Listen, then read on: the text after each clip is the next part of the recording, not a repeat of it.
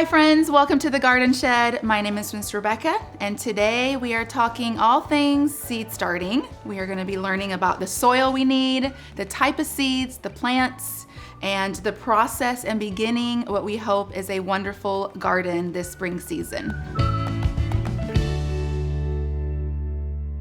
I don't know about you guys, but the kids and I have been itching to get our hands dirty and in the soil, and we are so excited for springtime. The first thing we get to do is plant the seeds, get them ready for going out into the garden. And today I'm going to take you guys along for what we're going to do later on with the kids, which is planting some pepper seeds. So the most important thing I believe that we want to have to set us up for some good success is to just have all your materials out and ready at arm's length, so you don't have to go looking for them and get distracted by anything else, but you have everything prepared. So I'm going to show you guys what we have, and hopefully you guys can gather some things up and plant along with me today. First of all, you all want to make sure you have your seeds. Now, you are probably wondering, how do I know what seeds to plant? How do I know what is the right time to plant? And where you are at might be different. We are located in Tennessee. We are zone 7B. So our last frost date is around April 17th. If you don't know what zone you are, or you don't know your last frost date, you can go to the Farmer's Almanac or online and look it up, put in your zip code, and it'll give you that information. So for us, our last frost date is April 17th. So what we did was we brought out our calendar and we just counted backwards until we got to 8 weeks, which was Monday, this past Monday, 8 weeks from our last frost date. And we looked and did some research and found out that peppers is a good thing to plant 8 weeks from your last frost date. So we are going to do those today. After you find your seeds and what you need, something else you want to have is your seed starting soil. Now, I highly recommend using specifically seed starting soil. Some people do use potting soil or gardening soil, but for us, we want the best possible outcome for our seeds. And for seed starting soil, it's a little bit more loose, more airy, and it helps the seeds get through better for germination.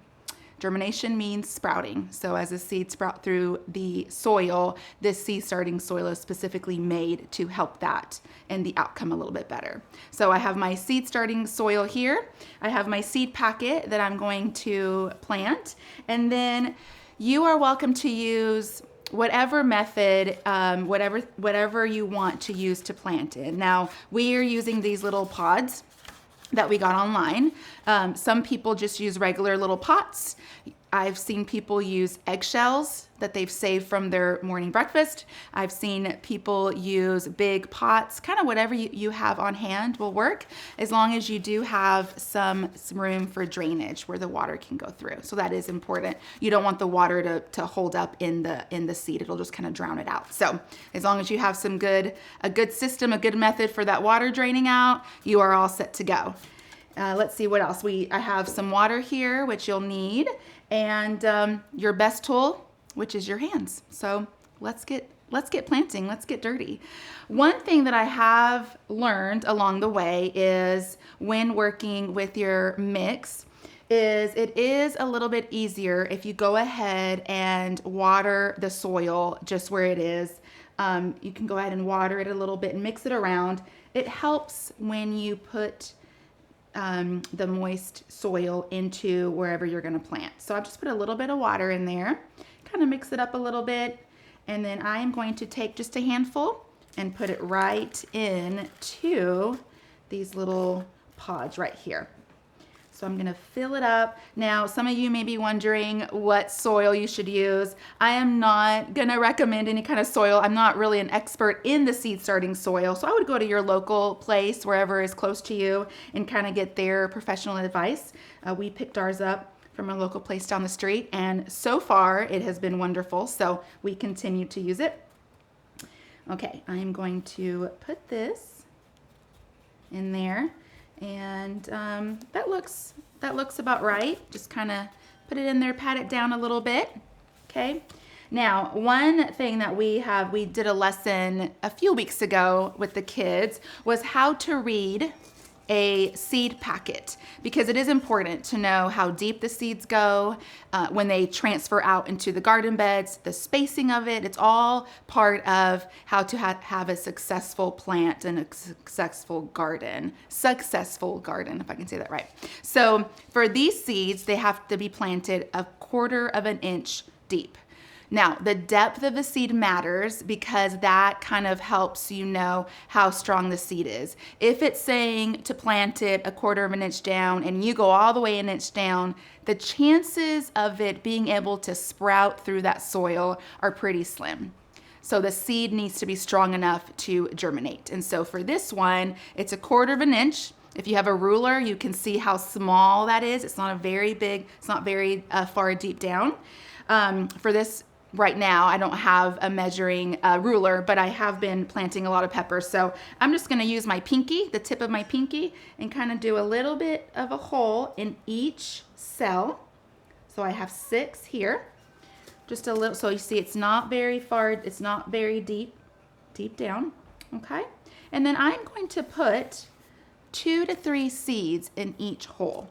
Now, we do more than one seed to give it a better chance of growing. And if all 3 happen to germinate and come out, you can always thin them later before you transfer them. And that just means you kind of take some out and you leave the strongest one in there to transfer onto your garden bed. So I'm gonna take now these seeds, if you like bell peppers like I do, these seeds, you'll recognize them. They're small.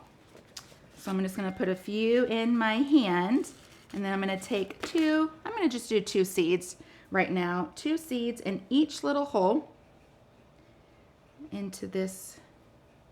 So if we have 6 holes, 2 seeds each. We've been doing a lot of math this morning, so how many seeds is that? That's 12 little seeds, and hopefully we get some peppers out of here.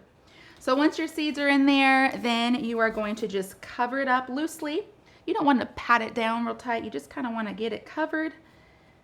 And the last step is always going to be to water. Now, right now, we can take our watering can and just kind of water over it.